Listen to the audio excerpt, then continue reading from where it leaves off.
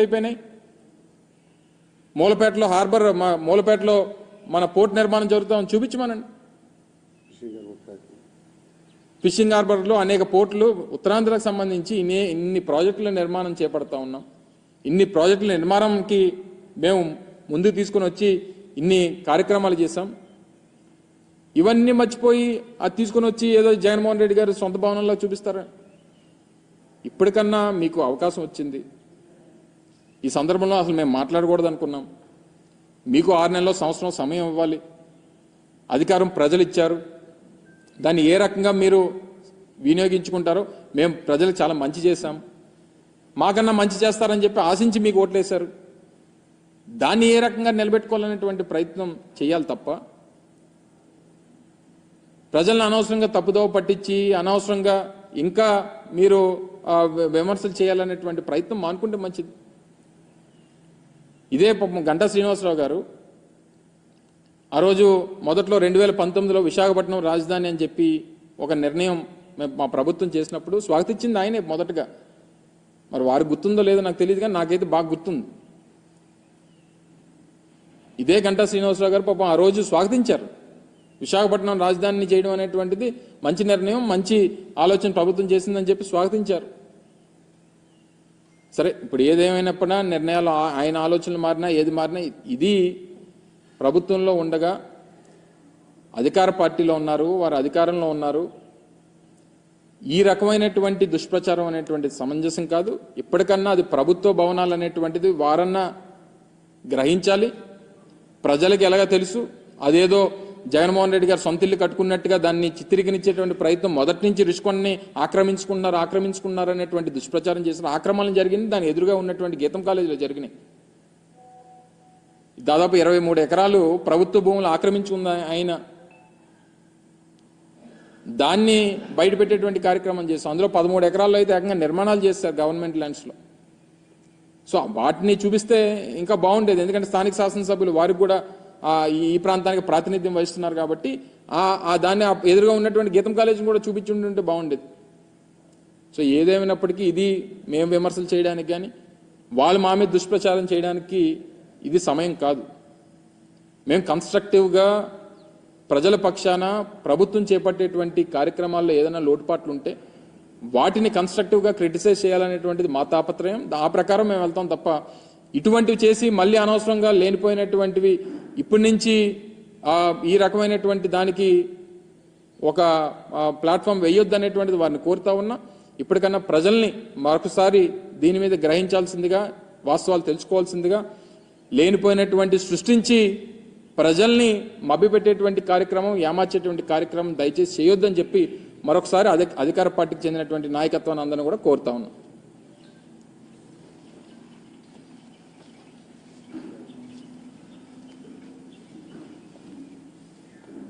Okay,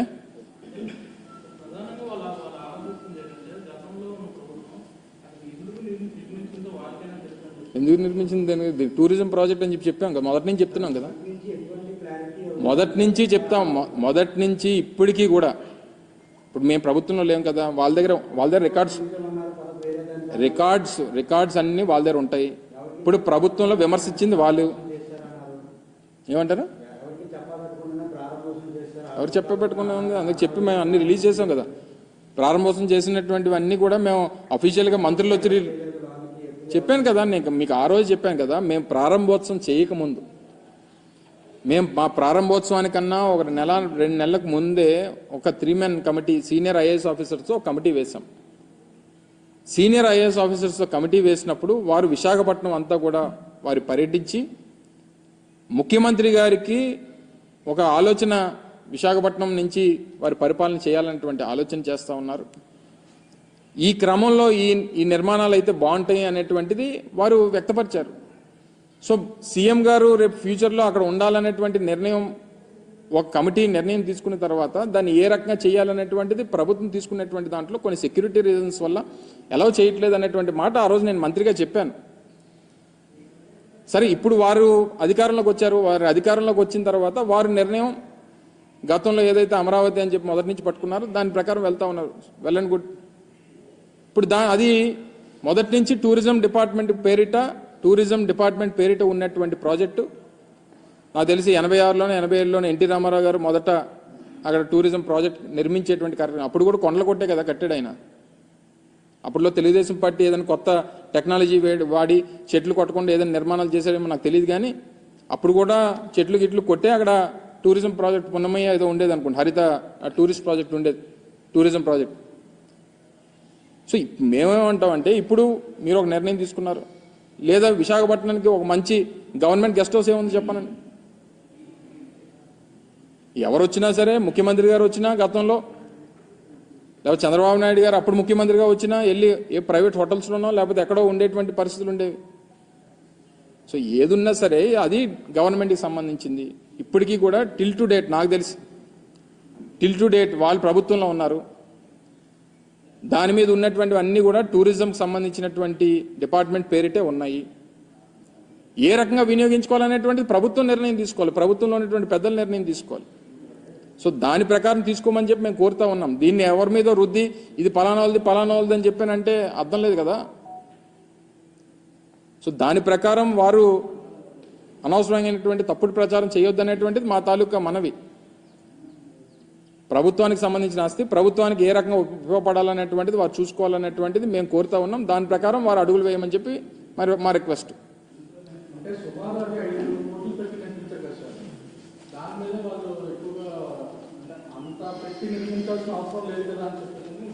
ఇప్పుడు ప్రాజెక్టులకి ఎంతెంత ఖర్చు అవుతాయమ్మా? ఒక ప్రాజెక్ట్కి ఒక రకమైనటువంటి ఎక్స్పెండిచర్ ఉంటుంది.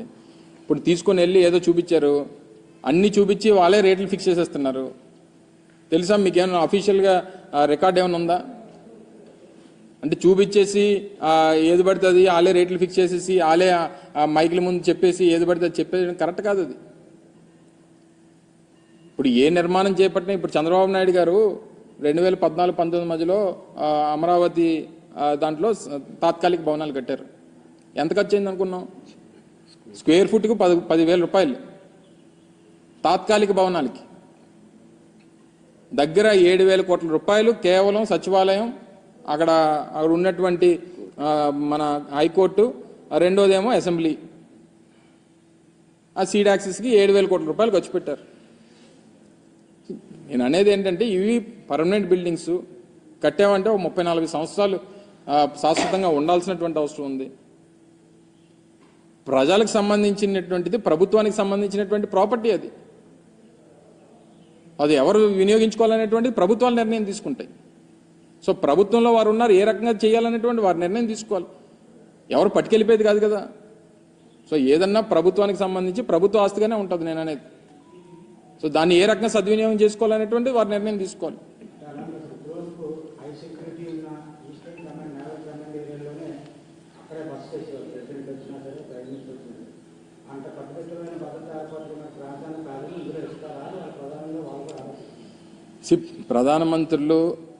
ప్రధానమంత్రి గారు కానీ రాష్ట్రపతి గారు కానీ ఎక్కడున్నా వారి ప్రోగ్రామ్స్కి వచ్చినప్పుడు వాళ్ళ ఆధీనంలో ఉంటారు.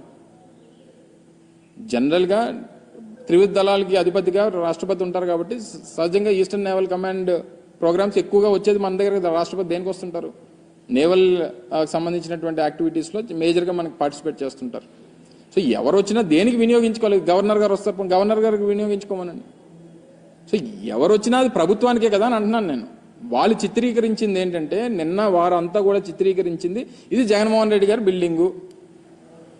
జగన్మోహన్ రెడ్డి గారి బిల్డింగ్ ఒకవేళ మళ్ళీ ముఖ్యమంత్రి గారు ఏంటంటే బహుశా ఆయన అక్కడి నుంచి పరిపాలన చేసేవారేమో. ఇప్పుడు వారు కదా, ఇప్పుడు చంద్రబాబు నాయుడు గారు కదా ముఖ్యమంత్రి. సో నేను అనేది ఏంటంటే దాన్ని ఏ రకంగా వినియోగం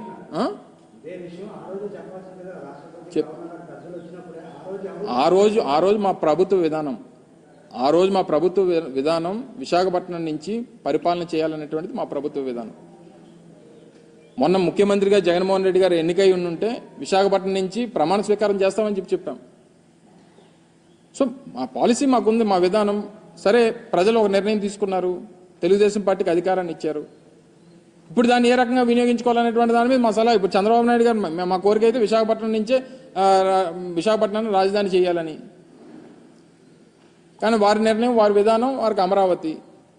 సో ఏదేమైనప్పటికీ వారి నిర్ణయంలో మార్పు ఉంది కాబట్టి, లేదా వారి విధానంలో వారికి ఒక వేరే విధానం ఉంది కాబట్టి, మార్పు అనే దానికన్నా వారికి ఒక విధానం వేరే ఉంది కాబట్టి, సో ఇప్పుడు దాన్ని మా తాలూకు సజెషన్ అది. దాన్ని ఏ రకంగా వినియోగించుకోవాలనేటువంటిది వారి ఇష్టం. ఒకవేళ మేమే అధికారంలోకి వచ్చింటే మా గతంలో మా అధికారులు చెప్పినట్టుగా వారు సూచించినట్టుగా ముఖ్యమంత్రి గారు అక్కడి నుంచి పరిపాలన చేసేవారు. మా విధానం అది. సో ప్రజాస్వామ్యం దీనికి ఒక నిర్ణయం వచ్చింది, ప్రజల నుంచి ఒక తీర్పు వచ్చింది, తీర్పు ప్రకారం వారు అధికారంలోకి వచ్చారు, వారి విధానాలు ఒకటి ఉన్నాయి, వారి విధానాల ప్రకారం చేస్తారు. మా తాలూకు సజెషన్ అది. దాన్ని ఏ రకంగా వినియోగించుకోవాలనుకున్నా అది ప్రభుత్వ ఇష్టం, మా ఇష్టం కాదనేటువంటిది ప్రజలకు తెలుసు. అది మా ఇష్టం అన్నట్టుగా, మా కోసం కట్టుకున్నాం అన్నట్టుగా దాన్ని చిత్రీకరించడం కరెక్ట్ కాదనేటువంటిది మా అభిప్రాయం. దాన్ని మేము క్లారిటీ ఇస్తున్నాం తప్ప ఇంకే దానికి సంబంధించి ఏ నిర్ణయం తీసుకోవాలన్నా ఇప్పుడు ఉన్నటువంటి ప్రభుత్వం తీసుకోవాలనేటువంటిది మా తాలూకా అభిప్రాయం.